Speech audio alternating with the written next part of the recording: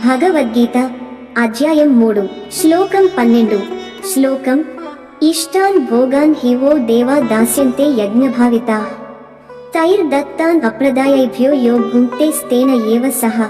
అనువాదం: యజ్ఞభావంతో దేవతలను సంతోషపరిచిన వారికి దేవతలు కావలసిన భోగాలు ప్రసాదిస్తారు, కానీ వాటిని సమాజం లేదా ఇతరులకు పంచకుండా స్వార్థపూర్వకంగా వినియోగించేవాడు దొంగతో సమానుడు. వివరణ: ఈ శ్లోకంలో కృష్ణుడు మనకు ఒక గొప్ప జీవిత సూత్రం చెబుతున్నాడు. మనకిచ్చిన దానిని తిరిగి పంచుకోవడం ధర్మం.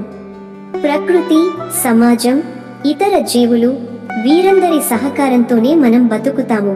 కాబట్టి మనం పొందిన సంపద, వనరులు, ప్రతిభ ఇవి అన్ని ఇతరుల మేలు కోసం కూడా ఉపయోగపడాలి. తాత్విక సందేశం: పంచుకోవడమే నిజమైన యజ్ఞం. స్వార్థం చక్రాన్ని విరుస్తుంది, కానీ దానం ఆ చక్రాన్ని కొనసాగిస్తుంది. సమాజానికి తిరిగి ఇవ్వడం ద్వారానే మనం కృతజ్ఞతను చూపుతాము. ఉదాహరణ: ఒక రైతు పంట పండిస్తాడు.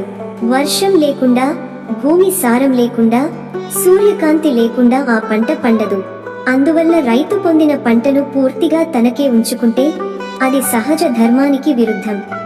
కానీ పంటలో కొంత భాగాన్ని ఇతరులతో పంచుకుంటే అది యజ్ఞం అవుతుంది. భగవద్గీత మనకు చెబుతున్నది, సంపద మన సొంతం కాదు, అది పంచినప్పుడే పవిత్రం అవుతుంది. మన జీవితంలో యజ్ఞ భావాన్ని నింపుకుందాం.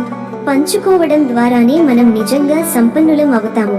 ఓం శాంతి శాంతి శాంతి. కామెంట్లలో మీ అభిప్రాయాన్ని చెప్పండి, లైక్ చేయండి. ఈ తాత్విక సందేశాన్ని మీ మిత్రులతో షేర్ చేసుకోండి. తదుపరి శ్లోకానికి ఛానల్ సబ్స్క్రైబ్ చేయండి. ధన్యవాదములు. జై శ్రీ కృష్ణ.